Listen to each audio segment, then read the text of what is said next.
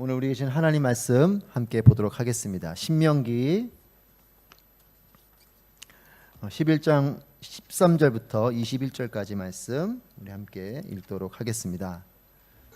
저 여러분이 한 절씩 교독하고 마지막 절을 함께 읽도록 하겠습니다. 신명기 11장 13절부터 21절까지 말씀 우리말 성경으로 함께 보겠습니다. 한 절씩 교독합니다.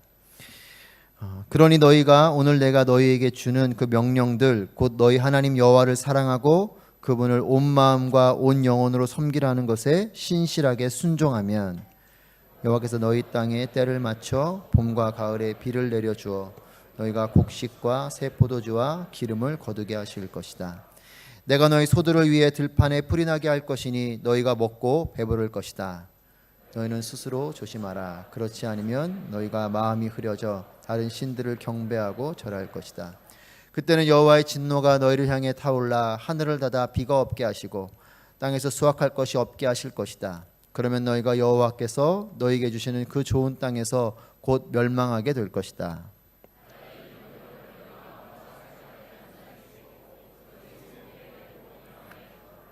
이것을 너희 자녀들에게 가르치되 집에 앉아 있을 때, 길을 걸을 때, 누울 때, 일어날 때 그들에게 말해주라. 그것들을 너희 집 문설주와 대문에 써서 붙이라. 함께 있습니다. 그러면 여호와께서 너희 조상들에게 주기로 맹세하신 그 땅에서 너희의 삶과 너희 자녀들의 삶이 하늘이 땅을 덮는 날과 같이 많아질 것이다. 아멘. 이 시간 함께 합심해서 기도하고 말씀을 나누고자 합니다. 추수감사주일을 맞이하는데요, 지난 시간을 돌아보면 모든 것이 하나님의 은혜였음을 고백합니다. 하지만 또 한편으로는 그 은혜의 시간들 속에 우리가 얼마나 하나님을 바라보았는지를 또한 돌아보게 됩니다. 이 시간 기도하실 것은 우리 자신을 위해서, 또 우리의 가정을 위해서, 또 교회를 위해서, 나라 민족을 위해서 기도할 텐데요, 하나님, 나 자신이 하나님을 온전히 바라볼 수 있는 영적인 눈을 뜨게 하여 주시옵소서. 입술로는 감사를 고백하지만 마음은, 나의 중심은 하나님을 온전히 바라보고 감사하고 있는지요? 또 우리의 가정이 하나님을 온전히 바라볼 수 있기를 원합니다. 교회 공동체가 살아계신 하나님을 온전히 바라보는 거룩한 공동체가 되기를 원합니다. 또 나라 민족이 살아계신 하나님을 온전히 바라보며 무너진 질서와 영역들이 새로워지는 그러한 거룩한 공동체가 될 수 있기를 원합니다. 우리 개인을 위해서, 우리 자신을 위해서, 교회, 가정을 위해서, 교회와 나라 민족을 위해서 이 시간 기도할 때 하나님을 온전히 바라보는 은혜가 있게 하여 주옵소서. 평생에 하나님께 감사의 고백을 하는 은혜의 개인과 공동체가 되게 하여 주시옵소서. 함께 주님 앞에 함심하여 기도하며 나아가겠습니다. 기도합니다. 살아계신 아버지 하나님, 한 해를 하나님의 은혜 가운데 거하게 하심으로 참으로 감사합니다. 주여, 추수감사주를 맞이하여서 주님께로 나아가게 하심에 감사드립니다. 지난 시간들을 돌아보며 우리가 기도하게 되는 것은 아버지 하나님, 입술로만 감사의 고백을 하는 것이 아니라 우리의 마음의 중심을 다해서, 뜻을 다해서 하나님께 감사하는 우리 모두가 되게 하여 주시옵소서. 중심 있는 감사가 되게 하시고 하나님을 온전히 바라보는 거룩한 백성들 되게 하여 주시옵소서. 하나님, 개인을 넘어 우리의 가정 공동체가 하나님을 온전히 바라볼 수 있기를 원합니다. 우리의 자녀들이 하나님을 온전히 바라보는 거룩한 세대가 되게 하여 주시옵소서. 하나님, 교회 공동체가 하나님을 온전히 바라보는 공동체가 되게 하여 주시옵소서. 살아계신 하나님을 향해서 거룩한 예배의 공동체로, 성령의 공동체로, 선교의 공동체로 나아가게 하여 주시옵소서. 나라 민족을 주님 손 위에 올려드리오니 아버지 하나님, 하나님을 온전히 회복하는 은혜가 있게 하여 주시옵소서. 하나님이 중심이 되어주시고 기준이 되어주시고 질서가 되어주셔서 나라 민족의 무너진 영역들마다 하나님 안에서 회복되는 역사가 있게 하여 주시고, 정치와 경제와 문화와 사회와 교육과 각 영역들마다 하나님의 회복 가운데 거하는 나라 민족이 되게 하여 주시옵소서. 하나님, 그래서 평생에 주님 오심을 보는 그날까지 우리 개인이, 우리의 가정이, 우리의 교회 공동체가, 우리의 나라 민족이 하나님께 감사하며 하나님께 영광 올려드리며 하나님의 기준 안에서 하나님의 질서 안에서 온전히 나아가는 은혜가 있게 하여 주시옵소서. 주님의 얼굴을 구하며 평생에 주님께 감사하는 거룩한 개인과 공동체가 되게 하여 주시옵소서. 살아계신 아버지 하나님, 지난 시간을 돌아보며 감사할 수 있도록 은혜를 주심에 감사합니다. 입술의 감사로 멈추지 않게 하여 주시고 우리의 마음에 중심을 다한 감사가 되게 하여 주시옵소서. 하나님, 그리고 주님 오심을 보낼 그날까지 이 땅에서 이 감사의 기도가 끝까지 감사로 나아가는 우리 모두가 되기를 간구합니다. 개인이, 우리의 가정과 교회와 또한 나라 민족의 이 공동체가 하나님께 감사하는 은혜가 있게 하여 주시옵소서. 우리의 감사의 기도가 처절한 회개의 기도가 되지 아니하도록 주여 우리의 삶을 새롭게 하시고 무너진 영역들마다 회복시켜 주시고 새롭게 하여 주시옵소서. 새 일을 행하실 하나님을 바라보며 모든 영광을 주님께 올려드리옵고 찬양과 영광을 주님께 올려드리며 감사드리며 예수님의 이름으로 기도합니다. 아멘. 우리 새 일을 행하실 하나님께 다시 한 번 더 믿음으로 감사로 박수하겠습니다. 아멘. 추수감사주일을 저희가 맞았습니다. 추수감사주일을 맞아서 우리 마음속에 어떤 감사가 있는지 한번 돌아보게 됩니다. 여러분들 마음속에 감사가 많이 있으실 텐데요. 어떤 감사의 고백을 하셨습니까? 또 어떤 감사의 고백을 오늘 예배를 드리면서 하고 계십니까?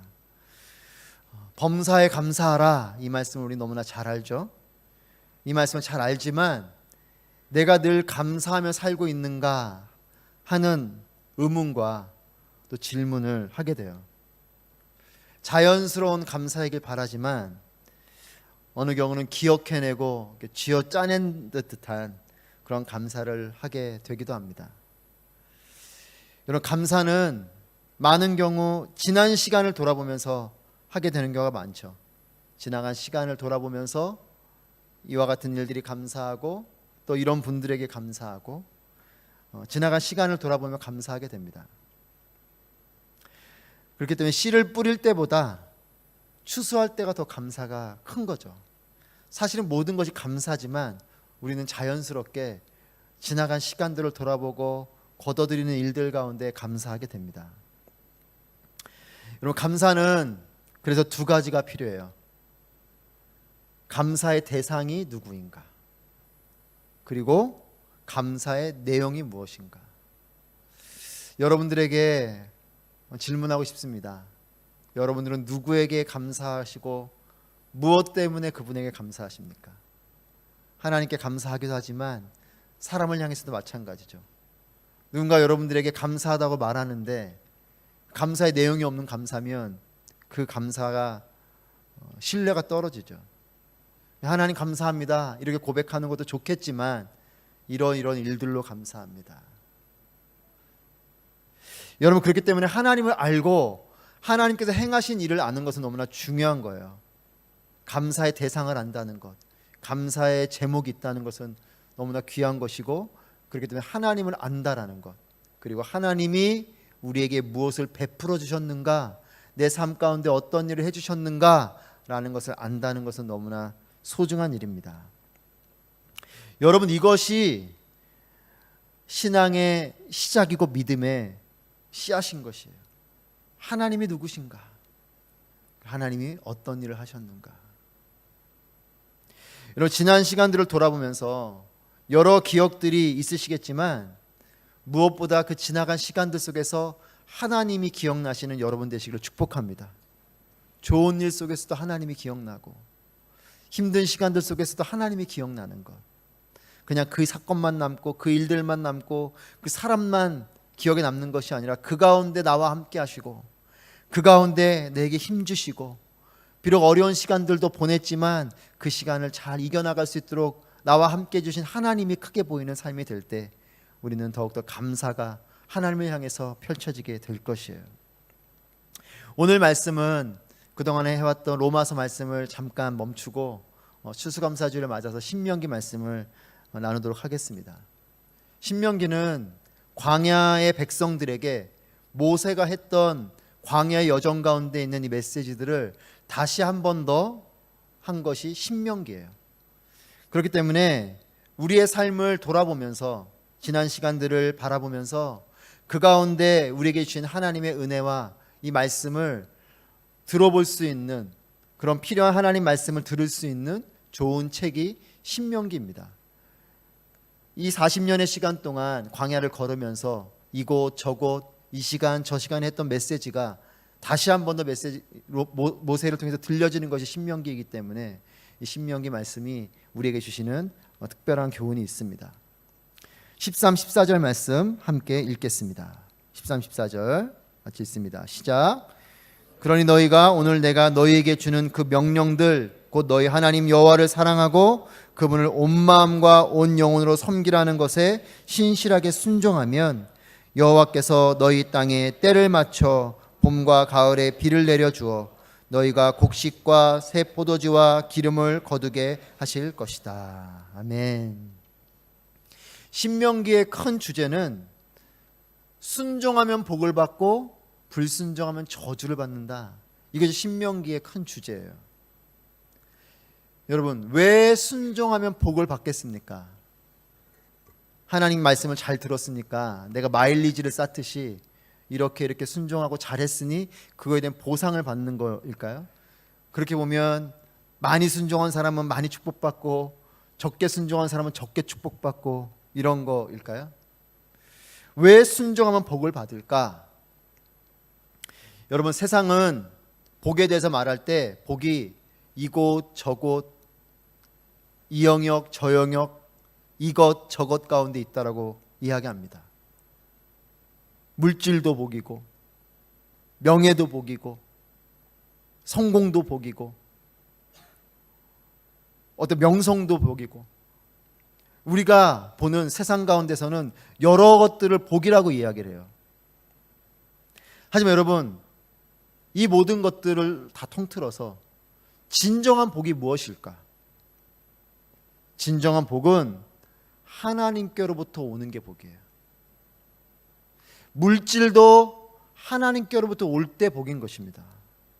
하나님을 버리면서 얻게 된 물질은 그것은 복이 아니고 저주예요. 하나님께로부터 주어진 것이 복입니다. 그것이 어떤 것이든 하나님께로부터 주어진 것. 여러분, 그렇기 때문에 믿음 없이 잘 되시는, 세상적으로 믿음 없이 잘 되시는 분들을 부러워하지 마시고 또 그런 분들을 보면서 하나님이 살아계신가 이렇게 말씀하지 마십시오. 세상적인 기준으로 복이지만 성경적인 기준으로는 복이 아니에요. 하나님 없이 물질이 많다? 하나님 없이 명예가 있다? 하나님 없이 어떤 위치에 올라갔다? 여러분, 세상적으로는 복이지만 본질적으로는 복이 아니에요. 복은 하나님께로부터 오는 게 복입니다. 이 복에 대한 개념을 가지고 있어야 돼요. 우리가 자꾸만 세속적인 기준의 복을 가지고 있으니까 하나님께로부터 오는 이 복에 대한 개념이 약한 거예요. 그러면 불순종하면 받게 되는 이 저주는 무엇일까요? 우리는 실패하는 것, 가난해지는 것, 병에 걸리는 것, 어떤 어려움이 오는 그 모든 일들을 우리는 저주라고 생각합니다. 여러분, 그것이 저주일까요?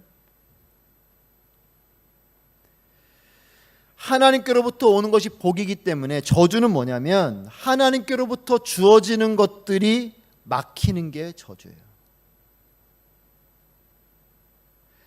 때로는 내가 질병에 걸리기도 하지만 이 질병에 걸리는 이 상황 속에서도 하나님이 나와 함께 하시고 또 이 일을 통해서 하나님께서 내게 역사하시는 것이 있다면 그 질병은 우리에게 저주가 아닙니다. 어떤 분은 그 질병 때문에 하나님을 만나는 사람이 있어요. 사업이 망하면서 하나님 만나는 사람이 있습니다. 그렇다면 그 사업 망하는 게 그 사람에게는 저주가 아니고 복이에요. 하나님을 얻게 됐기 때문에 그렇습니다. 우리는 복과 저주의 개념을 너무나 세상적으로 가지고 있는 거죠. 복은 하나님께로부터 주어지는 모든 것이요, 저주는 하나님께로부터 주어지는 것이 막히는 겁니다. 그래서 순종하면 하나님을 얻게 되는 것이요, 불순종하면 하나님을 잃어버리는 것이기 때문에 순종하는 자에게는 복이 있고 불순종하는 자에게는 저주가 있는 것이에요. 순종하는 자에게 주는 하나님의 축복은 두 가지 특징이 있습니다. 첫 번째 특징은 뭐냐? 하나님의 축복은 때가 있다는 것이에요. 우리 14절 말씀 같이 읽겠습니다. 14절 시작. 여호와께서 너희 땅에 때를 맞춰 봄과 가을에 비를 내려주어 너희가 곡식과 새 포도주와 기름을 거두게 하실 것이다. 14절에 보면 때를 맞춰 이렇게 기록합니다. 하나님은 시간의 창조자이시면서 시간의 관리자이십니다. 주관자이세요. 시간은 하나님께로부터 왔습니다. 창조 이전에는 시간의 개념이 없었죠. 시공간이라고 그러죠. 시간과 공간의 개념이 없었습니다. 그때는 시간도 없고 공간도 없는 흑암의 상태, 아무것도 없는 혼돈의 상태인 거죠. 창조가 이루어지면서 시간이 만들어지고 창조가 이루어지면서 공간이 만들어진 거예요. 우리는 그 시간 속에 그 공간 속에 살고 있는 거죠. 때를 맞춰, 이 때는 무엇이냐? 하나님의 타이밍이죠. 여러분 기억하십시오. 시간은 하나님의 것입니다.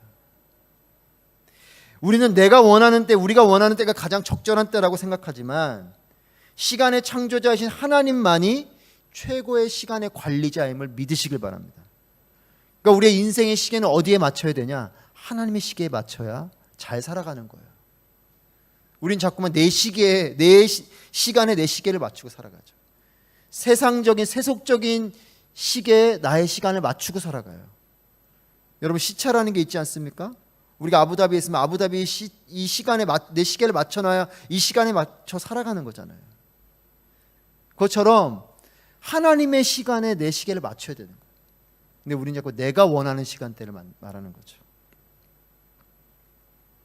하나님은 하나님의 완벽한 시간의 관리로 창조부터 지금까지 온천하 만물을 운행하고 계십니다.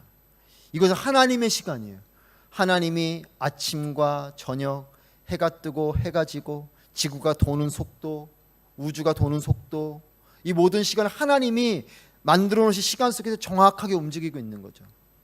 이 시간을 내가 원하는 시간에 해가 뜨고 내가 원하는 시간에 해가 지고 그렇지 않잖아요. 온천하 만물은 다 하나님의 이 시간 안에서 움직이고 있어요. 그렇게 질서를 가지고 여기까지 온 겁니다. 여러분 그래서 시간은 하나님께로부터 온 건데 시간에는 두 종류가 있습니다. 아시는 분들은 아시겠지만 크로노스와 카이로스의 시간이 있죠. 여러분 창조 아래 세상 모든 것은 시간 아래 놓여져 있습니다. 우리 모두는 다 시간 안에 있어요. 시간 바깥에 있는 사람은 아무도 없습니다. 그 어느 누구도 하나님께 지음받은 존재는 다 시간 안에 있어요. 근데 이 시간 안에도 그냥 하나님께서 흘러가도록 두신 시간이 있고 그 흘러가도록 두신 시간 가운데 하나님이 특별히 손을 대시는 시간들이 있어요. 그냥 흘러가는 시간은 크로노스의 시간이라고 합니다. 하지만 하나님이 손 대시는 시간은 카이로스의 시간이라고 그래요. 흘러가는 시간 가운데 특별한 시간이 있는 거죠. 여러분 축복을 누리는 사람은 누구냐? 또한 감사의 고백을 진정으로 하게 되는 사람은 누구냐면 나의 시간이 하나님의 카이로스의 시간이 되는 사람이 하나님께 감사하게 되고 하나님의 축복을 누리는 사람인 것이에요. 그냥 흘러가는 시간이지만 그 시간 가운데 하나님이 이곳 가운데 함께 하셨고 하나님이 이곳 가운데 일하셨고 이런 것들을 믿음으로 고백하는 사람이 감사하게 되는 것이에요. 하나님이 손을 대셨지만 모르는 사람, 하나님이 개입하셨지만 모르는 사람은 감사하지 않습니다. 흘러가 버리는 시간이 되기 때문에 몰라요. 하지만 그 시간 가운데 역사하신 하나님, 그렇게 손대신 하나님의 손길을 아는 사람은 하나님이 하셨구나. 하나님이 나와 함께 하셨구나. 이 고백을 하는 사람은 은혜의 사람이 되고 감사의 사람이 되는 거죠. 여러분 우리의 신앙의 갈등, 우리의 기도의 갈등은 어디에 있냐? 나의 시간이 하나님의 시간이 되는 것이 아니라 하나님의 시간이 나의 시간이 되어야 한다라고 생각하는 사람들이 갈등이 있어요. 내가 원하는 때에 그 일이 이루어져야 되는 거죠. 내가 원하는 때에 내가 원하는 방법으로 되어야 된다는 이 기준이 강하니까 기도하다가 원망하고 믿음을 가지고 살다가 돌아서고 아까 우리 전사님 돌아서지 않으리 찬양하셨는데 no turning back. 그렇죠? 돌아서지 말아야 되는데 가다 돌아서는 거예요. 왜요? 내 시간하고 안 맞으니까. 내 방법하고 안 맞으니까 돌아서는 겁니다. 처음부터 돌아선 게 아니죠. 가긴 갔어요. 가다가 돌아서는 거죠. 여러분, 그래서 늘 우리는 내 시간과 하나님의 시간에 간극이 있어요. 이 시간의 차이를 뚫어내는 게 뭐냐? 믿음입니다. 내 시간이 있는데 하나님의 시간은 저기에 있고 난 잘 모르죠. 하지만 하나님의 시간까지 가야 되는 이 시간을 뚫어내는 이 간극을 뚫어내는 것이, 여러분, 간극이 좁혀지는 게 아닙니다. 사실 엄밀히 말하면 내 시간을 포기하고 하나님 시간으로 가는 거죠. 그 시간까지 가도록 하는 브레이크 스루 해주는 게 뭐냐? 믿음이에요. 여러분, 그래서 하나님의 진정한 하나님의 축복을 만나는 사람은 어떤 사람이냐면 믿음의 사람입니다. 하나님의 시간까지 가는 사람이 하나님의 축복을 만나는 거예요. 여러분, 믿음을 가졌던 사람들이 많죠. 믿음을 끝까지 가진 사람들이 많지 않은 거예요. 성경을 보십시오. 예수님을 따랐던 수많은 사람들이 있습니다. 기적의 현장에서, 오병이어의 사건 앞에, 여러 가지 사건들 앞에 많은 사람들이 예수님을 따랐지만 그 사람들이 다 어디로 갔습니까? 끝까지 따른 사람들은 소수인 거예요. 믿음이 없었던 것이 아니라 믿음이 끝까지 안 간 사람들이 많은 거죠. 이것은 시간의 개념이에요. 믿음은 시간의 개념입니다. 믿음을 품는 것을 끝나면 안 돼요. 우리 여기 여성분들 계시고 자녀를 출산하신 분들 알겠지만 아이를 잉태하는 것을 끝나는 게 아니잖아요. 뱃속에서 10개월이 자라고 또 그걸로 끝납니까? 출산하고 또 성장하고 시간인 거죠. 그게 자녀가 되는 것이지 않습니까? 잉태했다고 끝나는 게 아니잖아요. 믿음은 품는다고 끝나는 것이 아니에요. 이 품은 믿음이 하나님 때까지 가야 믿음이 열매가 되는 것이에요. 믿음은 뭐냐? 믿음은 나의 시간에서 하나님의 시간으로 인도해 주는 것이 믿음이에요. 저는 여러분들에게 권면하고 축복하는 것은 나의 시간이 아닌 나의 시간에서 하나님의 시간까지 나아가게 되시길 축복합니다. 믿음을 가지십시오. 지금 안 보인다고 없는 것이 아니요, 지금 안 된다고 없는 것이 아닙니다. 믿음을 가지고 거기까지 가봐야 아는 거예요. 광야를 걸어가는 이스라엘 백성들이 거기가 끝이 아니잖아요. 약속의 땅이 있습니다. 근데 펼쳐진 광야를 40년 걸을 땐 그게 안 보이잖아요. 그런데 광야에 들어가 봐야 아는 거죠. 그렇기 때문에 하나님의 때를 믿고 하나님의 때를 기다리는 사람이 이 축복을 누리게 되는 사람입니다. 때가 있다. 두 번째는 뭐냐? 하나님의 축복은 하나님께서 내려주시는 것이에요. 14절 말씀 우리가 읽었는데 거기 보시면 봄과 가을에 비를 내려주어 때에 맞춰서 하나님이 주시는 것이에요. 그러니까 하나님의 축복은 하나님의 때에 하나님이 주시는 게 하나님의 복입니다. 여러분, 버스를 기다려 보셨습니까? 계절을 기다려 보셨습니까? 여러분, 버스를 내가 정류장에 서서 발을 동동 구르고 시계를 두드린다고 버스가 빨리 오나요? 내가 버스를 끌어당길 수 있는 게 아니죠. 오는 버스를 기다렸다 타야 되는 거예요. 내가 겨울이 좋다고 겨울이 빨리 오라고 발을 동동 구른다고 겨울이 빨리 옵니까? 겨울은 그 때에 오는 거죠. 오는 겨울을 맞이하는 거고 오는 버스를 내가 맞이하고 타는 거지 내가 빨리 땡겨올 수 있는 게 아니에요.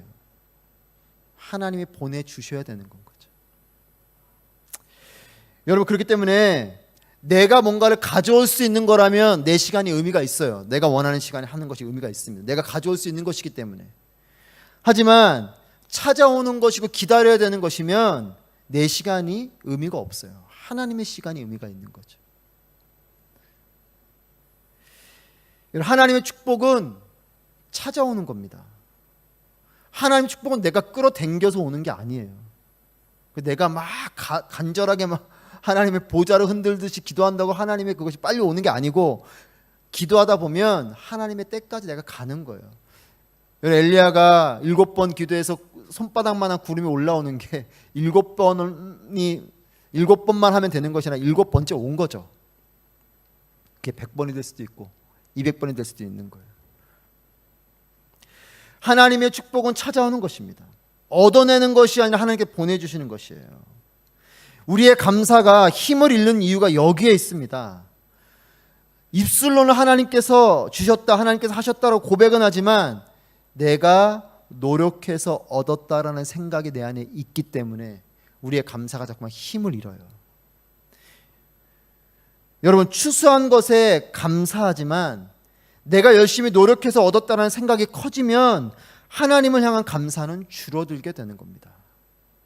예를 들면 우리가 정말 신앙생활을 처음 할 때에는 내가 별로 한 것이 없는데 이런 나를 사랑하셔서 나를 구원해 주신 하나님의 이 구원의 은혜에 감사했죠. 그런데 이 감사가 언제 줄어드냐?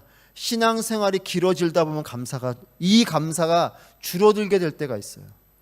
왜냐하면 그래도 내가 이렇게 구원받을 만한 뭐가 있지, 내게 헌신도 좀 했고 내가 하나님 앞에 뭔가 드린 것들이 있지, 그래도 나 정도면 좀 구원받을 만하지라는 생각이 이 은혜의 마음을 축소시키는 거예요. 감사가 그전엔 100이었는데 시간이 갈수록 내 어떤 노력과 공로가 커지면 이 감사는 100에서 50으로 50에서 30으로 줄어드는 겁니다. 여러분, 내 노력이 무의미하다는 게 아닙니다. 무슨 말씀이냐면 내 노력이 무의미하다는 것이 아니고 내 노력이 결실을 맺을 수 있도록 하나님께서 주신 보이지 않는 것들이 많이 있다라는 것이에요. 이 믿음을 가진 사람들은 노력을 하면서도 하나님께 감사하게 되는 겁니다. 하나님이 하셨습니다. 하나님이 주셨습니다.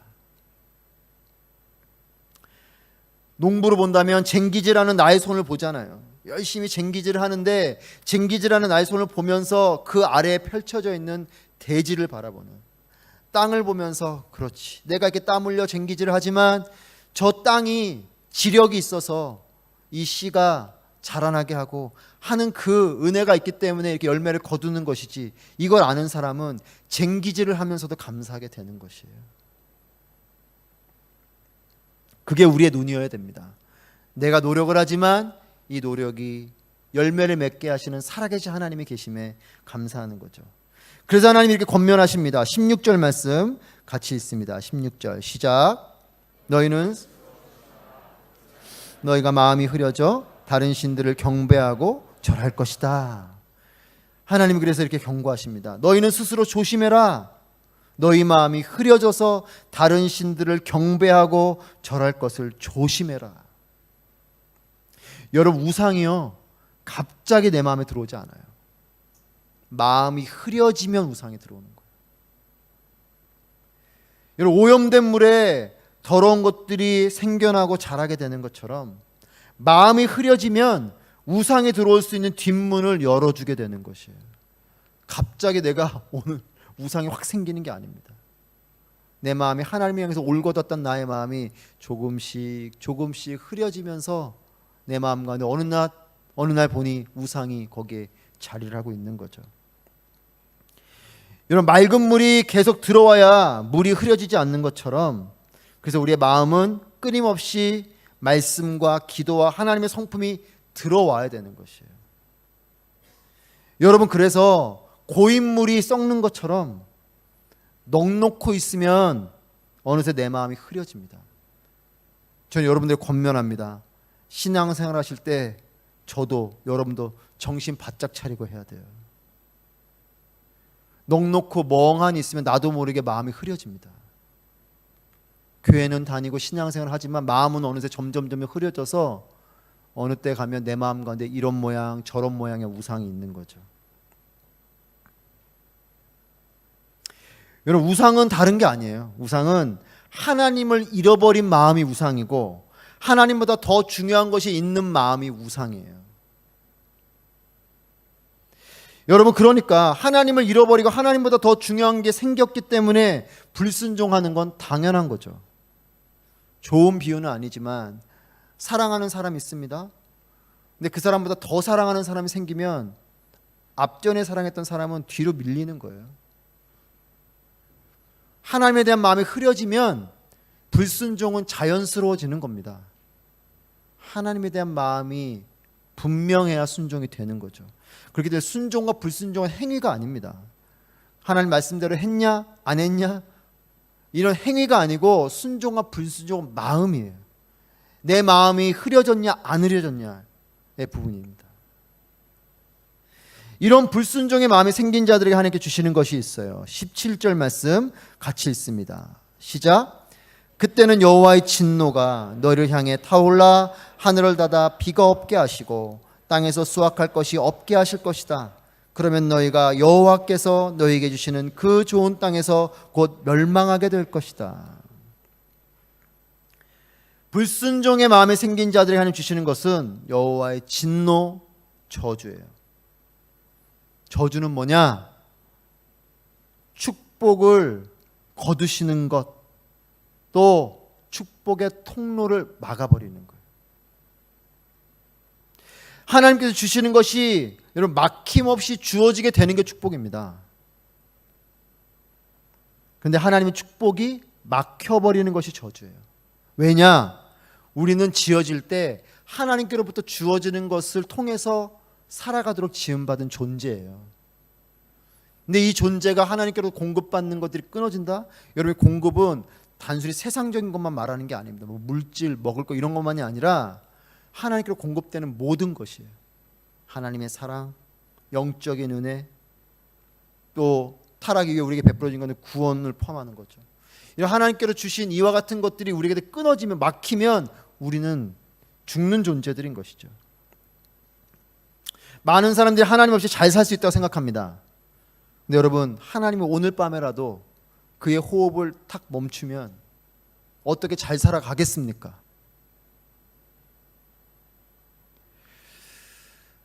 어제 신방을 했는데 그런 고백을 하시더라고요.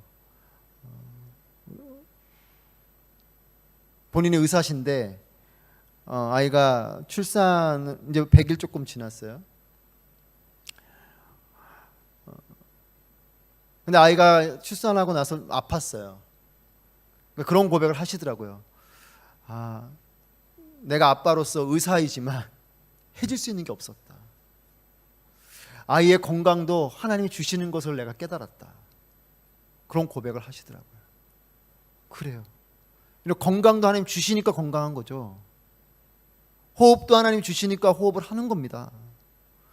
내가 심장을 뛰라고 가슴을 치고 한다고 심장이 뛰고 가슴을 움켜잡는다고 심장이 멈춥니까?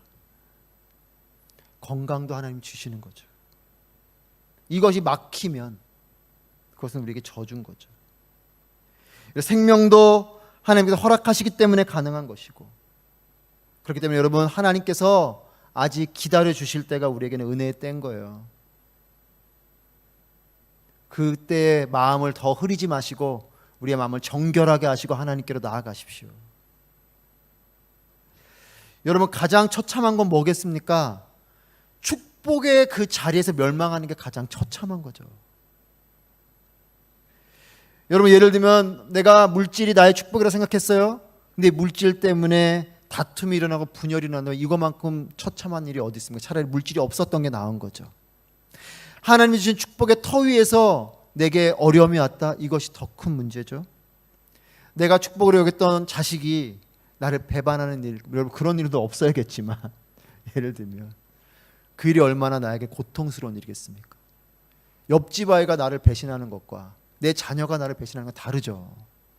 하나님이 나에게 주신 축복인데 그 축복의 터 위에서 내가 고통을 당한다? 그건 더 큰 처참함이에요. 근데 오늘 17절 말씀 보십시오. 너희가 여호와께서 너희에게 주시는 그 좋은 땅에서 곧 멸망하게 될 거다. 그전엔 축복이었는데 이 축복이 문이 닫혀버리는 거예요. 여러분, 집을 짓는 것보다 중요한 건 집이 잘 서 있는 거죠.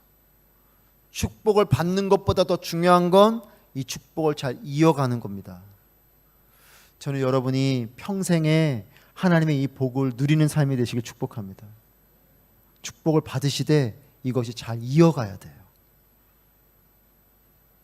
그래서 하나님께서 우리에게 주시는 축복의 방법이 있습니다. 18절부터 20절 말씀 같이 읽습니다. 시작.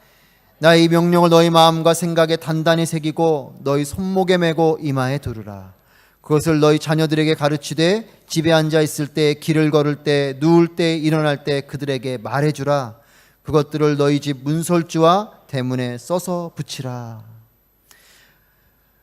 하나님 주시는 방법은 뭐냐? 우리의 마음과 생각에 돌에다가 새기듯이 새기는 한이 있더라도 절대로 잊지 말라는 겁니다. 뭘 잊지 말라는 겁니까? 하나님을 잊지 말라는 거예요. 하나님이 주시는 축복을 잊지 말라는 것이 아니라 하나님을 잊지 말라는 겁니다. 근데 우리는 하나님을 바라보기보다 하나님 손 위에 있는 걸 바라보죠. 마음과 생각에다가 새기는 한이 있어도 절대로 잊지 마라. 손목에도 메고 이마에도 두르고 수단과 방법을 가리지 말라는 겁니다. 여러분, 다른 건 모르겠지만 하나님을 알아가는 것은 수단과 방법을 가리지 마십시오. 때로는 우리의 신앙이 너무나 점잖아서 문제죠. 신앙은 점잖으면 안 돼요. 하나님을 붙드는 일에 수단과 방법을 가리면 안 됩니다. 그게 신앙이에요. 머리에다 새기든 손목에다 매든 이마에다 두르든 수단과 방법을 가리지 말고 하나님을 잊지 말라는 겁니다. 근데 이것이 내 때만이 아니라 자녀들에게도 가르치라는 것이에요. 시도 때도 없이 가르치라는 겁니다. 저는 우리의 자녀들에게 이런 우리의 노력이 있어야 됩니다. 저는 많은 어머니들의 고백을 들었어요. 중고등학교 때 아이들 학원으로 내돌리면서 아이의 신앙을 잃어버렸습니다. 여러분, 내 때만이 아니라 자녀들에게도 앉아있을 때든 길을 걸을 때든 누울 때든 일어날 때든 그들에게 말해주라. 그것만입니까? 20절 말씀에 자녀들뿐만 아니라 너희 집 문설주와 대문에 써서 붙여라. 뭡니까? 우리 집을 들어갈 때든 나올 때든 이걸 보라는 거예요. 내가 눈길 닿는 곳마다, 내 발길 닿는 곳마다 하나님이 보여지고 하나님을 알게 하라는 것입니다. 내 몸에, 내 자녀들에게 뿐 아니라 내 주변의 것들에게 붙여두라고 말씀하시는 것이에요. 여러분, 눈 돌리는 곳마다 얼마나 많은 유혹이 있습니까? 사랑하는 우리 아부다비 온누리교회 여성분들, 남성분들을 믿지 마십시오. 눈 돌리는 곳마다 유혹이 얼마나 많은지요. 믿지 말라는 거 의심하라는 뜻이 아니고 그 남편분들에게 기도하셔야 돼요. 눈을 돌리는 곳마다 얼마나 많은 유혹이 있으며 남편분들 뿐입니까? 형제님들, 아내분들을 위해서 기도하십시오. 눈을 돌리는 곳마다 얼마나 많은 유혹이 있는지요. 여러분, 눈 돌리는 곳마다 유혹이 있어요. 그러니 내가 눈이 가는 곳마다, 내 발이 닿는 곳마다 하나님이 보여지도록 해야 되는 것이. 그래야 우리의 마음이 흐려지지 않는 겁니다. 그냥 교회 가면 되지. 아니에요. 여러분, 이런 사람들을, 이렇게 순종하고 이런 노력을 하는 사람들을 하나님은 그냥 두지 않으십니다. 21절 말씀 같이 읽습니다. 21절 시작. 그러면 여호와께서 너희 조상들에게 주기로 맹세하신 그 땅에서 너희의 삶과 너희 자녀들의 삶이 하늘이 땅을 덮는 날과 같이 많아질 것이다. 아멘. 하나님의 축복이 임하게 된다는 것이에요. 우리의 대뿐만 아니라 우리의 자녀들까지 이 축복을 누리게 된다는 겁니다. 하늘과 땅을 덮는 날과 같은 풍성한 축복이에요. 여러분, 하나님은 인색하지 않으십니다. 믿으십니까? 여러분, 하나님은 시시하지 않아요. 여러분, 하나님께서 책임지시는 삶은 놀라운 삶을 살게 되는 것이에요. 세상적인 기준에서 떠나서 여러분, 놀라운 하나님께서 책임지시는 삶은요, 세상에 줄 수 없는 기쁨을 누리는 삶이 돼요. 세상에 줄 수 없는 평안과 축복과 소망을 가진 삶이 됩니다. 여러분들도 많이 만나보셨겠지만 저도 사역을 하다 보면 이분 저분 만나게 되는데 정말 돈이 많은 분들, 정말 성공하신 분들, 높은 위치에 올라가신 분들, 근데 그런 분들 중에는 그 자리에서 그 소유 가운데 여전히 허탈해 하시는 분들이 있어요. 그것을 소유하면 내 인생이 성공한 것 같고 행복한 줄 알았는데 그걸 소유해 봤더니 아무것도 아닌 거죠. 그 자리에 올라가 보면 가면 되게 내 삶이 잘 될 것 같은데 그 자리에 올라가 봤더니 허탈한 거예요. 여러분, 하나님이 주시는 것은 그렇지 않아요. 그래서 소유할 때 그 기쁨과 그걸 통해 할 수 있는 비전이 생기고 그 자리에 올라갔을 때 감사가 있고 그걸 통해서 주시는 하나님의 일들이 있는 거죠. 여러분, 하나님께서 책임지시고 하나님께서 복을 주시기로 결정하신 사람들은요, 놀라운 삶을 사는 거예요. 우리 여기 대학부 청년들도 있는데 여러분들이 꾸는 꿈보다 더 큰 꿈을 꾸십시오. 아멘. 하나님이 이렇게 하시는 거예요. 저는 우리의 자녀들이 그런 꿈을 꾸게 되길 바랍니다. 그냥 세상적인 기준으로 이 정도 일, 이 정도 길, 그걸 넘는 거예요. 하나님이 하시면 하늘과 땅을 닿는 것 같은 이 풍성함의 은혜들이 있는 겁니다. 그게 어떠한 모습인지 우리는 모르죠.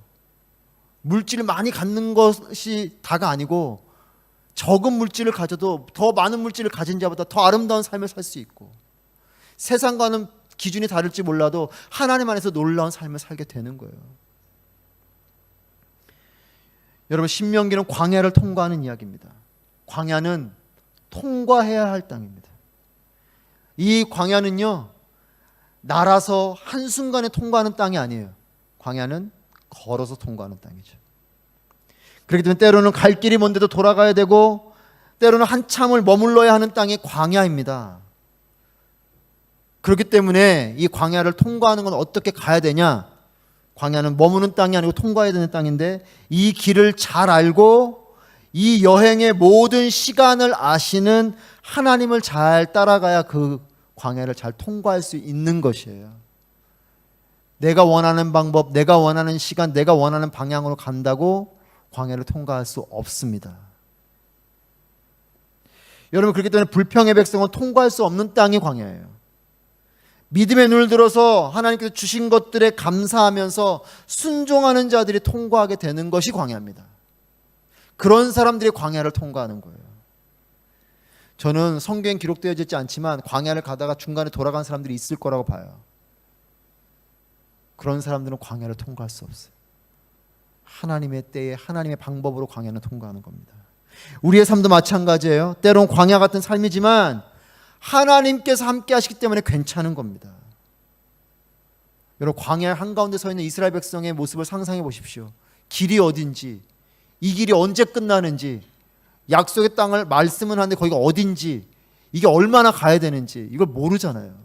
얼마나 답답합니까? 우리의 삶과 닮아있지 않습니까? 내 삶이 지금 어디로 갈지, 얼마나 갈지, 무엇을 할지. 하지만 하나님이 함께 하시니 괜찮은 거예요. 이게 광야를 통과하는 사람의 모습입니다. 하나님이 함께 하시면 길이 있고 소망이 있고 그 가운데 내 마음만 흐려지지 않으면 우리는 그 길을 통과하게 되는 것이에요. 광야를 통과할 때에 메마른 땅, 낯선 기후, 거친 음식만 바라보면 하나님이 흐려집니다. 하지만 그런 메마른 땅이지만 낯선 기후지만 거친 음식들이지만 그 가운데 함께 하시고 살아계신 하나님을 바라보면 우리는 소망이 있는 것이에요. 여러분, 감사는요, 하나님을 온전히 바라볼 때에 나오는 게 감사해요. 하나님을 기다리는 자의 마음 속에 있는 것이 감사합니다. 하나님 손 위에 있는 것을 감사하는 사람은 어려움과 고난이 오면 감사하지 않아요. 어떻게 범사에 감사하겠습니까? 뭘 주면 감사하고 안 주면 불평하고. 이 사람들이 누굽니까? 광야를 통과하며 불평했던 이스라엘 백성들의 모습이죠. 하지만 그 가운데도 하나님 바라보는 사람, 도망자로 살아도 동굴에 숨어도 하나님을 바라보는 사람은 다윗처럼 시편을 쓰는 거예요. 그런 사람이 하나님 마음에 합한 사람이 되고 그런 사람이 하나님의 복을 누리는 사람이 되는 겁니다. 여러분, 광야는 감사로 통과하는 곳이에요. 우리의 삶은 감사로 통과하는 삶이어야 됩니다. 감사하는 사람은 고난이 없지는 않지만 고난이 어떻게 할 수 없는 사람이 돼요. 하지만 감사가 없는 사람은 고난이 오면 그 자리에 무너져 버립니다. 불평하고 원망하고 돌아서 버리는 거예요. 저는 추수감사주를 맞아서 그냥 감사의 마음 기쁘게 나누는 것도 좋지만 다시 한번 우리 마음 가운데 진정한 감사를 품게 되는 삶이 되길 축복합니다. 하나님은 바라보시고 평생에 주신 것에 감사하고 그리 아니하실지라도의 그 믿음을 가지고 하나님을 기다리고 그럴 때 하나님의 때에 하나님 방법으로 이루어지는 것들을 통해서 놀라운 하나님의 복을 누리는 우리의 삶, 또 우리 자녀들의 삶이 되시길 주님의 이름으로 축복합니다. 기도하겠습니다.